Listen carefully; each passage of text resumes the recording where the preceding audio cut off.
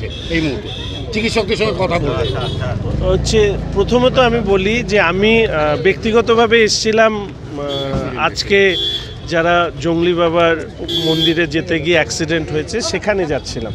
তো এখানে কর্মবিরতি চলছে, সেটা স্বাভাবিক। আমি দেখিনি, আমি জাস্ট নেমেছিলাম, এমনি ডাক্তারবাবুদের সাথে কথা বললাম। ডাক্তারবাবুরা ভুরি ভুরি অভিযোগ জানালো 100 বার। কিন্তু মুশকিল হচ্ছে কি, ভেতরটা রিরি করে শরীরের। চেষ্টা তো সর্বদা করি, সকাল বিকাল রাত্রি রাজনীতির সাথে থাকি, মানুষের কথাই বলি। মানুষের আরও সংঘবদ্ধ প্রতিবাদ চাই। একটা জিনিস বারবার আমাদের রাজ্যে ঘটছে, এর আগে যাদবপুরের যে ছেলেটি মারা গেল ফার্স্ট ইয়ারে, দেখবেন ঘটনা ঘটার এতদিন কেটে গেছে, কালপ্রিট কিন্তু তাদের আর কোনো খোঁজ পাওয়া গেল না। আরজি করের ক্ষেত্রেও আমার ধারণা যে কালপ্রিট এটাকে যদি আমরা বিশেষ করে প্রশাসন ধরতে সক্ষম না হয়, তাহলে কিন্তু ভবিষ্যতে এই ধরনের ঘটনা ঘটার সম্ভাবনা থাকবে। One and only CBI enquiry চাই।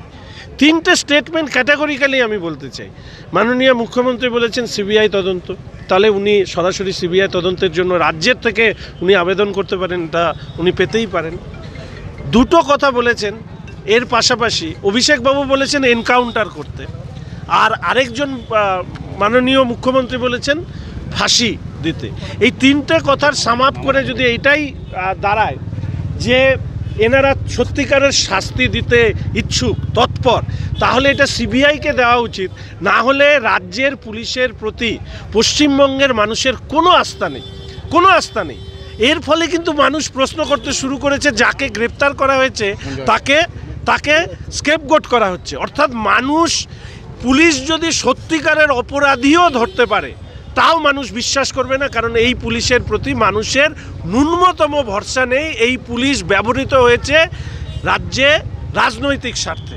ফলে আমরা চাই সিবিআই এনকোয়ারি। আমার সাথে বিরোধী দলনেতা শুভেন্দুদার কথা হয়েছে, আর ওনারই নির্দেশ মতন আমরা 14 তারিখ এই ব্যাপারে স্পিকারের কাছে একটা চিঠি দিয়েছি। সেই জায়গায় দাঁড়িয়ে আমরা চাই যে এই সত্য উন্মোচিত হোক, এবং মাননীয় বিরোধী দলনেতা তিনি যেভাবে এই বিষয়টিকে দেখছেন, আমি আশা রাখি সিবিআই তদন্তের যে দাবি মানুষের মাঝখান থেকে উঠে এসছে, সেটা নিশ্চিতভাবে অ্যাড্রেস হবে এই বিশ্বাস আছে, এবং অপরাধী শাস্তি পাক। আর আমার ব্যক্তিগতভাবে মনে হয়েছে যে কর্তব্যরত একজন ডাক্তার ছাত্রী, তার এইভাবে যে নৃশংস হত্যা হয়েছে, যা পিএম রিপোর্টে এসছে, সেটা কিন্তু ভয়ঙ্কর। এই ঘটনার যদি সুরাহা না হয়, স্বাস্থ্য পরিষেবা ভেঙে পড়বে, এবং স্বাস্থ্যমন্ত্রী হিসাবে রাজ্যের মুখ্যমন্ত্রীও কিন্তু এর দায় এড়িয়ে যেতে পারেন না। উত্তরবঙ্গ মেডিকেল কলেজ হাসপাতালে একই অবস্থা, যেরকম আরজি করের পরিকাঠামো, খুবই খারাপ অবস্থা। প্রথম কথা, যে কোনো প্রশাসনের একটা পলিটিক্যাল উইল দরকার, অর্থাৎ রাজনৈতিক সদিচ্ছা। সেই সদিচ্ছায় সমালোচনা, ফাঁক ফোকর, দুর্বলতা নিয়ে কোনো মানুষ আসলে তাকে অবজ্ঞা না করে সেই বিষয়গুলোকে খতিয়ে দেখার যে প্রয়োজন, সেটা দেখা হয় না। আপনারা জানেন, আমি প্র্যাকটিক্যালি আপনাদেরকে বলতে অসুবিধে নেই, আজকের থেকে আমার এই হসপিটালে আমি অবস্থানে বসতাম। সেটার কারণ অন্য ছিল, নিউরোসার্জেনকে তুলে নেওয়ার কারণে। 3 কোটি লোক, একটা নিউরোসার্জেন নেই। সারা উত্তরবঙ্গের মানুষের কি দুরবস্থা যে 3 কোটি লোকের 3জনও এটা নিয়ে প্রতিবাদ করবে না, 3জনও প্রতিবাদ করবে না। সবাই আমরা কলকাতায় ছুটবো, কোনো সবার সামর্থ্য আছে।